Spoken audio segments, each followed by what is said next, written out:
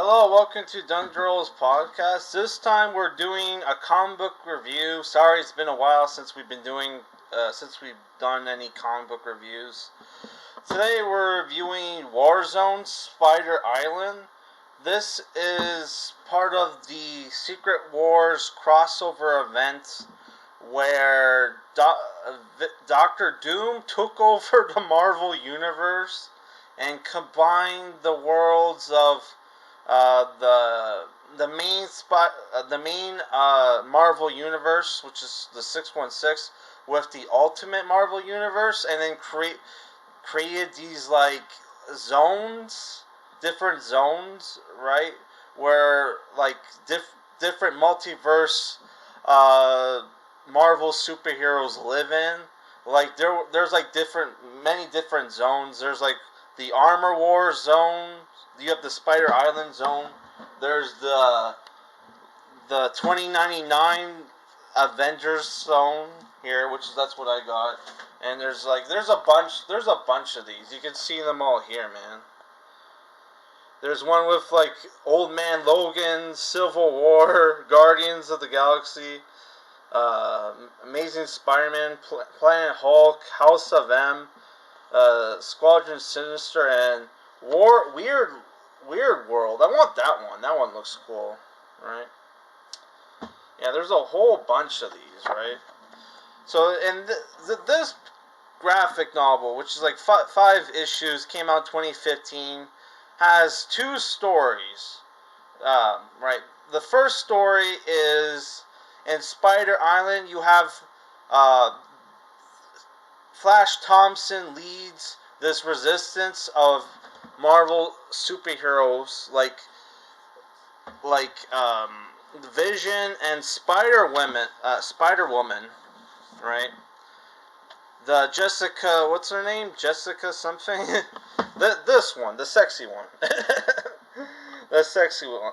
Not the black and white costume one with the red hair or brown hair. Yeah, the sexy one. And what happened in this world, there's this villain called the Spider Queen, that's her, who created this virus that turned everybody into man spiders, including several Marvel superheroes, right? And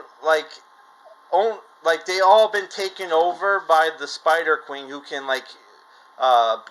control them, right? And it's up to Flash Thompson and what's left of the Avengers to defeat the Spider Queen and save their comrades, which they figure out with the help of Jack Russell, the Werewolf by Night, which I hate that name. So, if people don't know, Jack Russell's a kind of dog. So it's like, what the hell? Alright, so yeah, they figure out, if we can change their DNA we can bring our friends back. So they turn the Hulk into a lizard with Dr. Kirk Connor's lizard formula. They turn female Captain Marvel into a vampire like Morbius, right? They turn Captain America into a werewolf, and they turn that's the other storyline. They turn Iron Man into the Green Goblin. Right, so it's like kind of referencing how like Norman Osborn was like Iron Man for a while. So like Tony Stark's like, I'm gonna steal his identity. Fuck him. Right, and then you see other you see like Giant Man and Black Panther as a spider person, right? So that storyline was pretty cool. The other storyline, which that was written by Christos Gage with art by Paco Diaz. Christos Gage worked on Avengers Academy, which I used to read. I quit it after they turned every other character gay. It was like, what the fuck is this?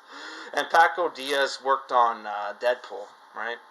So the other storyline is Mayday Parker, Spider-Woman, which is written by Tom Defalco and Ron Frenz, with art by Buscema, which very 90s Marvel artwork in this storyline.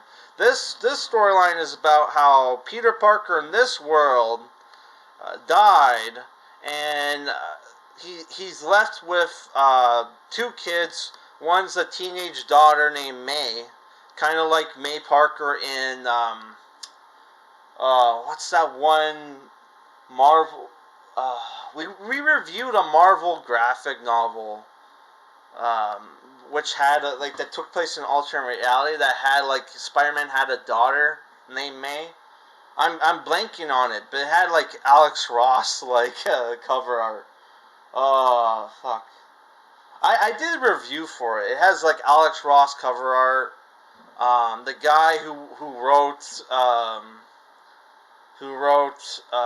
Project Superpowers wrote it.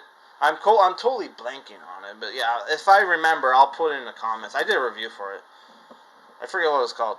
But yeah, it turned into some crazy shit, Galactus the Galactus who was the son of Reed Richards saved the Earth from the Celestials or some shit. It had a crazy ending. Yeah. So yeah, and the story is you have May Parker becomes Spider-Woman after her dad died, and this universe is a little weird because Uncle Ben is alive and Aunt May is dead, right? And Uncle Ben used to be was the first Spider-Man, not Peter Parker, right? So the story here is she's depressed because her father died and she didn't. And by the way, they make her boyfriend look like Peter Parker, so that was a little weird, right?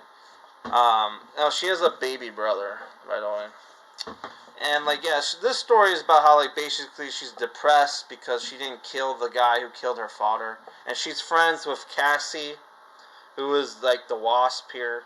Cassie Lang, who is the daughter of Scott Lang, right? And this story is about basically you have this Hank Pym and Janet Pym, or Janet, whatever her name is, Van Dyne, are dead, and their kids are supervillains.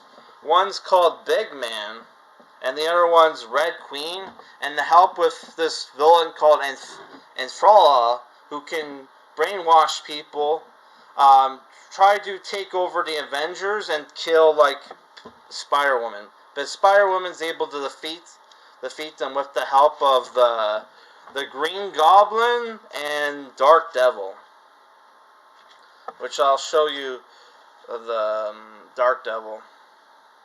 There's the Red Queen, who's Hope Pym, by the way. The Hope Pym from the Ant-Man and the Wasp movies, who's played by Evangeline Lilly, who, God bless her for what she did. If you know what I'm talking about, yeah. The girl from Lost. Right. She's a Canadian patriot, even though she lives in LA or whatever.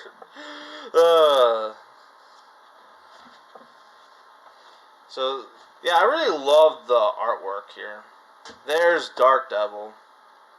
So, some problems I have with the book is the dialogue at times is a bit bad. And then there is this woke thing here where Uncle Ben goes to meet with Norman Osborn and Ben Urich, and do I even need to tell you what's going on here? You have this very as they say in the old country, homosexual look between the two, Norman Osborn and Ben Urich. That's the only woke thing in the comic book, so it's not too bad. Yeah, so the action is decent. The story was pretty good.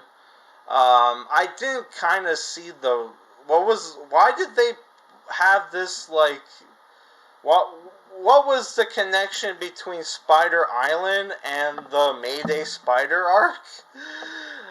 It felt like the Mayday Parker story was just filler for the Spider Island, because there wasn't enough there for like a full graphic novel, and this is like 5 issues, right? But other than that, and the wacky dialogue, I thought this was a decent read, and I would give it like a 6 out of 10. It was a fun read, but it's like, you know, is it a must get? Not really. But I enjoyed the book despite that, right? Yeah. So our next comic book review, which is not going to be, I'm not going to be till maybe next week. We'll see. Is going to be a Judge Dredd book. Crusade and Frankenstein Division, which has Grant Morrison, Mark Millar, Carlos Esquera, who's like one of the co-creators of Judge Dredd, and Mick Austin. I don't know if he was the co-creator. He was one of the original artists who worked on Judge Dredd, which I love this Brian Bolden cover art. So it looks so cool. Yeah, so we're going to review that. Sorry, I was just looking at this. Yeah, we're going to review this next week.